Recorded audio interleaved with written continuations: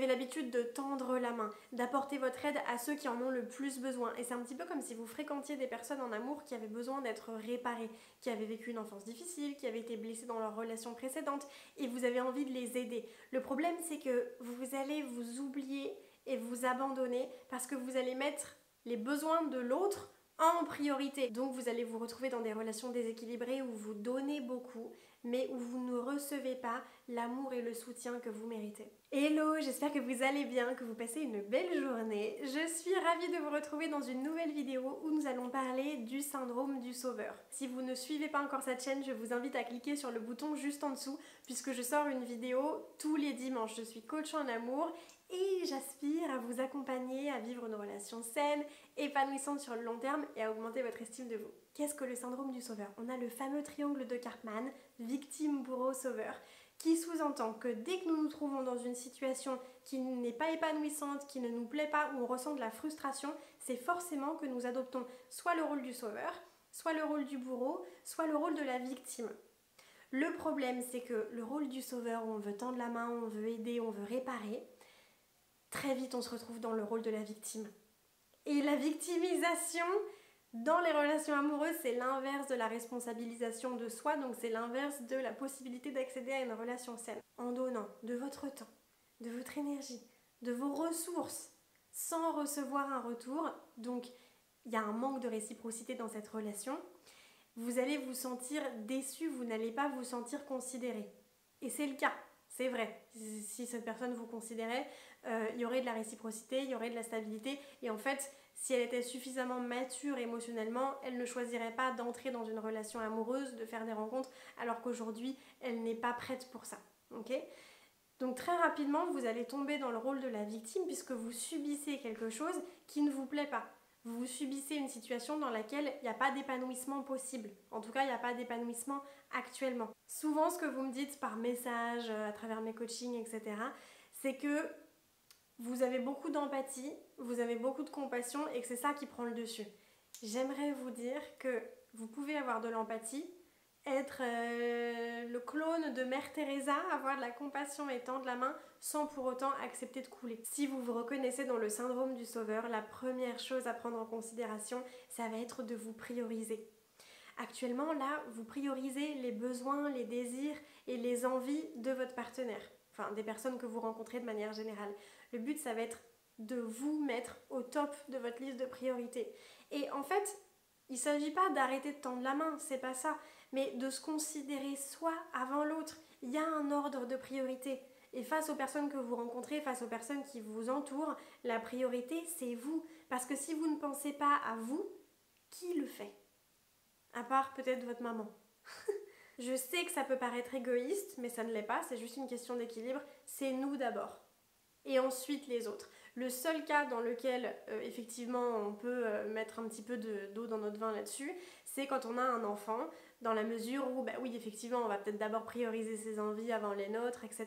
Et en fait, même dans la relation parent-enfant, admettons que vous priorisez toujours votre petit, ce qui est naturel et instinctif, et je l'entends, en fait, si vous vous priorisez pas vous, admettons que vous soyez en burn-out, je sais pas, que vous n'ayez pas une bonne hygiène de vie ou que vous soyez tout le temps fatigué, tout le temps sur les nerfs, forcément ça va avoir une influence sur la façon dont vous allez communiquer, etc. Donc l'enfant va le ressentir, donc même là-dedans, même dans ce cadre-là, c'est important de vous mettre vous en priorité parce qu'en réalité c'est un cadeau que vous faites aux autres.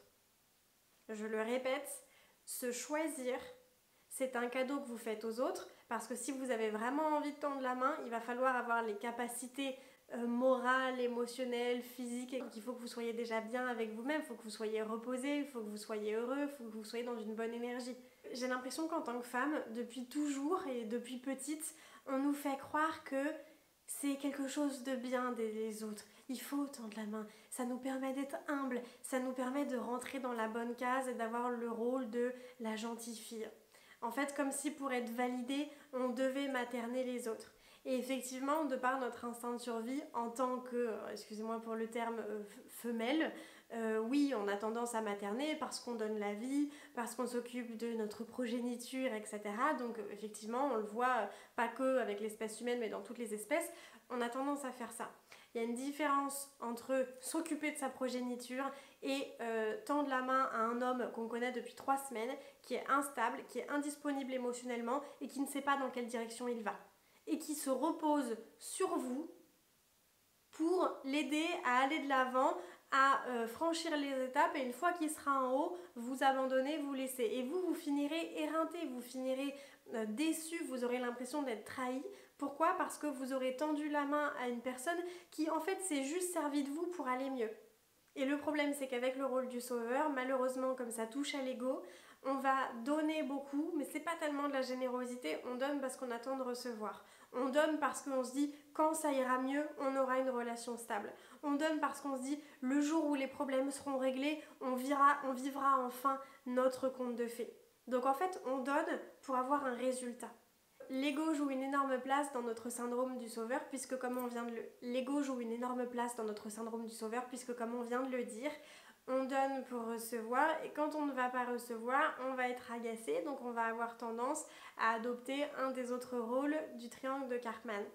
Et c'est là finalement qu'on remarque aussi qu'on a envie d'être validé pour se sentir mieux. En fait, si moi j'aide les autres, je suis une bonne personne. Moi, je reste quand les autres seraient partis. Quand d'autres auraient lâché l'affaire, auraient quitté le navire, moi, je suis toujours là en train d'essayer de faire face aux difficultés, en train de tendre la main. Donc, si je suis mieux que les autres, et on ne le pense pas avec de la prétention, on ne pense pas à mal, je devrais être choisie. Si je sors du lot, c'est moi qu'on devrait choisir. C'est moi qu'on devrait garder. Si j'essaye d'être parfaite, en fait, c'est que j'ai pas de défaut quelque part. Donc j'essaye de toujours faire mieux pour qu'on ne m'abandonne pas, pour pas être rejetée. Et là, pouf, notre petite peur de l'abandon, du rejet, nos blessures du passé qui n'ont pas encore été guéries, elles remontent à la surface puisqu'on va chercher de la validation extérieure là où nous, on se la donne pas. En fait, on n'estime pas avoir, au plus profond de nous, inconsciemment, on n'estime pas avoir de la valeur. Si on connaissait notre valeur et qu'on savait vraiment ce qu'on méritait, alors on n'irait pas chercher cette validation de la part de l'autre. On se donne une sorte de challenge pour se dire, tiens, je vais mériter parce que j'ai donné de recevoir de l'amour. En réalité, vous n'avez pas besoin de faire quoi que ce soit d'extraordinaire pour recevoir de l'amour de la part de quelqu'un. Alors, je ne dis pas que l'amour est inconditionnel, c'est pas vrai. L'amour est conditionnel dans les relations adultes. Il y a des conditions telles que le respect, la bienveillance, la réciprocité, la compassion. La seule relation qui soit inconditionnelle selon moi, c'est celle d'un parent envers son enfant. Tout le reste, il y a des conditions. Donc en fait, donner beaucoup en se disant qu'au bout d'un moment, on va avoir un retour sur investissement, ça marche pas. Ça marche peut-être dans les investissements financiers que vous faites, mais en amour, on ne veut pas se baser sur le potentiel. Là, ce qui se passe, c'est que vous vous projetez dans le futur. Donc, on vit sur un espoir. On vit sur de l'imaginaire. On se dit, quand il y aura telle et telle condition qui seront remplies, là, j'aurai ce que je mérite de vivre. Mais aujourd'hui, vous méritez déjà de vivre une relation saine, stable, épanouissante avec quelqu'un qui est sain. Vous n'avez pas besoin de passer par des challenges. Ce qu'il faut comprendre, c'est qu'on ne peut pas résoudre les problèmes des autres à leur place. C'est leur responsabilité. Et c'est pas méchant de dire ça. C'est juste qu'on a chacun notre vie, nos problèmes, nos challenges, nos difficultés. Et on ne peut pas tout le temps s'occuper des autres sans se prendre soi-même en considération. On peut tendre la main, mais on ne va pas couler avec l'autre. Vous voyez la différence? On peut tendre la main, on peut proposer peut-être des idées, des solutions, proposer à la personne de faire un accompagnement thérapeutique pour qu'elle aille mieux, pour qu'elle guérisse, pour qu'elle se sente alignée avec elle-même. Mais on ne peut pas soi-même prendre en charge la responsabilité du bonheur de l'autre. Ça, c'est une responsabilité qui n'est pas la vôtre. Quand on est en couple, marié depuis 10 ans avec 2 enfants et que notre partenaire traverse une difficulté, oui, on va lui tendre la main. Mais quelqu'un que vous connaissez depuis 3 semaines, qui ne vous a rien prouvé, avec qui vous n'êtes pas en couple, qu'est-ce qui se passe? C'est-à-dire que dès le début, c'est déséquilibré. Donc en fait, vous cherchez à aider l'autre, mais ce que vous devriez vraiment faire, c'est chercher à vous aider vous-même. Qu'est-ce qui fait qu'on pense qu'on est en mesure d'aider l'autre alors qu'on n'arrive déjà pas à s'aider soi, qu'on n'a pas d'amour de soi, qu'on n'a pas d'estime de soi, qu'on n'a pas confiance en soi? Qu'est-ce qui fait qu'on se dit qu'on a les capacités d'aider quelqu'un à atteindre ces objectifs-là si nous-mêmes on n'y a pas réussi? Parce que si vous connaissez votre valeur, vous n'allez pas dans des relations où il y a un déséquilibre émotionnel. Ce n'est pas possible. Quand on connaît sa valeur, quand on sait ce qu'on vaut, quand on sait ce qu'on mérite, on choisit un partenaire qui est sain, qui est stable, qui est disponible émotionnellement, qui est mature, qui est capable de communiquer, qui a envie de s'engager, qui recherche une relation de couple sérieuse sur le long terme. Tout le reste, on ne devrait pas y aller. Et quand on visualise qu'on est en train de se projeter sur quelque chose qui ne fait partie que de notre imagination parce que c'est du potentiel, c'est là qu'il faut peut-être se remettre en question et se dire, est-ce que ce que je suis en train d'appliquer, c'est un conseil que je donnerais à quelqu'un que j'aime ? Si ma propre fille, ma propre chair me présentait cette situation, est-ce que je lui dirais waouh, vraiment là, je t'encourage, vas-y, fonce, t'as ma bénédiction? Ou est-ce que je lui dirais bah écoute chérie, c'est peut-être pas tout à fait ce que tu recherches au fond, je sais que t'as envie de bien faire, je sais que t'as envie d'aider, mais est-ce que c'est vraiment la direction dans laquelle tu penses qu'il faut aller? Et souvent vous me le dites, oui mais moi je donne toujours des bons conseils aux autres, mais j'ai du mal à les appliquer. Mais le but dans le fait de se prioriser, c'est que vous puissiez appliquer vos propres conseils. Donc posez-vous la question, ça dure 30 secondes, est-ce que c'est le conseil que je donnerais à quelqu'un d'autre? Si vous êtes en train de suivre vos propres conseils merveilleux, si c'est pas le cas, ok, qu'est-ce que je peux faire pour rectifier la situation? Vous n'êtes pas responsable du bonheur de votre partenaire. Oui, vous pouvez y contribuer, vous pouvez ajouter votre touche, vous allez y participer de par la relation que vous avez ensemble. C'est sûr que si vous vous disputez tous les 4 matins, c'est lourd. Mais globalement, nous sommes, chacun d'entre nous, responsables de notre bonheur. Ce qu'on peut explorer quand on a le syndrome du sauveur, c'est notre peur de l'abandon. N'essayez pas de sécuriser le deal. On n'est pas en négociation. Je sais que je vous l'ai déjà dit dans d'autres vidéos, mais c'est vraiment important que vous vous traitiez vous de la même manière que vous souhaitez vous traiter, que vous souhaitez être traité, pardon. Qu'est-ce qui va se passer quand vous allez tout donner à quelqu'un? Déjà, il y a une forme de jauge et ça sous-entend que s'il y a 100% dans la jauge, si vous donnez 90 à une personne, il ne vous reste plus que 10. Donc vous voyez qu'il y a un déséquilibre finalement. Mais cette personne en face, qu'est-ce qu'elle vous donne? Est-ce que vous avez l'impression que vos besoins sont nourris, que les cases sont cochées, que vos désirs sont remplis, que vous avez une forme de gaieté, de jouissance de par cette relation? Ou est-ce qu'au contraire, vous donnez tout en espérant qu'un jour, peut-être plus tard, il y a un retour sur investissement? C'est trop dangereux de gâcher votre jeunesse, vos années avec quelqu'un avec qui vous êtes en déséquilibre émotionnel. En fait, vous êtes en train de créer un lien traumatique. Écrivez dans les commentaires juste ici, je pense que ça peut tous nous aider à nous soutenir les uns les autres et à libérer la parole sur le sujet. Et je répondrai à vos commentaires. Qu'est-ce qui vous empêche aujourd'hui de sortir de ce rôle du sauveur? Qu'est-ce qui vous empêche de sortir du triangle de Karpman? Quelles sont les blessures qui ne vous permettent pas de vous prioriser, de vous mettre en avant? À partir d'aujourd'hui, ce que vous voulez absolument mettre en place, c'est quand vous faites une rencontre amoureuse, si cette personne n'a pas envie de s'engager, qu'elle n'a pas guéri de sa relation précédente, qu'elle n'a pas fait son deuil de rupture, qu'elle a des blessures qui sont encore trop profondes et qu'elle ne souhaite pas travailler dessus, n'y allez pas, tournez les talons.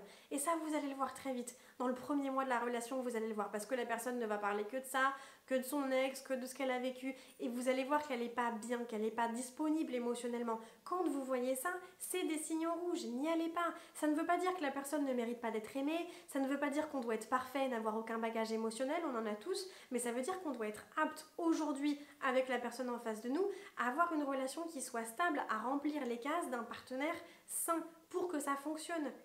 Mais tout donner alors que en face la jauge est à 0, ça n'aidera pas. Votre estime de vous va baisser. Parce que vous n'êtes pas aligné avec vous-même, parce que vous ne vous respectez pas en vous dirigeant dans une situation qui, sur le long terme, comme sur le court terme finalement, vous porte préjudice. Ça ne peut pas vous apporter le niveau de bonheur que vous méritez. Ça, c'est des choses qu'on voit au tout début de la relation, c'est pour ça qu'il faut vraiment y faire attention, ne fermez pas les yeux, n'essayez pas de repeindre le tableau, voyez les signaux rouges pour ce qu'ils sont. Et même si quelqu'un vous dit oui mais je vais travailler sur moi alors que ça fait 6 mois que vous galérez, que vous voyez qu'il y a de l'instabilité, en fait cette personne ne va pas changer en 3 semaines. Vous n'allez pas attendre d'être gardé sous le coude pendant 1 an, que la personne vous dise qu'elle guérisse ses blessures et qu'elle revienne une fois que ce sera potentiellement fait. Surtout que c'est pas parce qu'elle vous dit qu'elle va le faire, et même si elle essaye, ça ne veut pas dire qu'elle va y arriver. Et vous allez faire quoi en attendant? Mettre votre vie sur pause, mettre votre vie en suspens pour de l'incertitude? Est-ce que c'est pas plus sain, plus normal d'agir comme quelqu'un qui a confiance en soi, qui connaît sa valeur et qui va se diriger tout court vers quelqu'un de sain, de stable et de prêt à s'engager? là tout de suite aujourd'hui. Pas peut-être dans un an, si, là on est sur de l'hypothétique. J'espère que cette vidéo vous a plu, que vous avez réussi à prendre conscience de ce que vous méritez, de ce que vous valez pour vous prioriser. Si c'est le cas, n'hésitez pas à suivre la chaîne, à laisser un commentaire, un petit like, ça ne prend que quelques secondes mais ça aide beaucoup l'algorithme à pousser la vidéo pour la faire découvrir par d'autres personnes. Et en attendant, je vous retrouve le week-end prochain pour une nouvelle vidéo.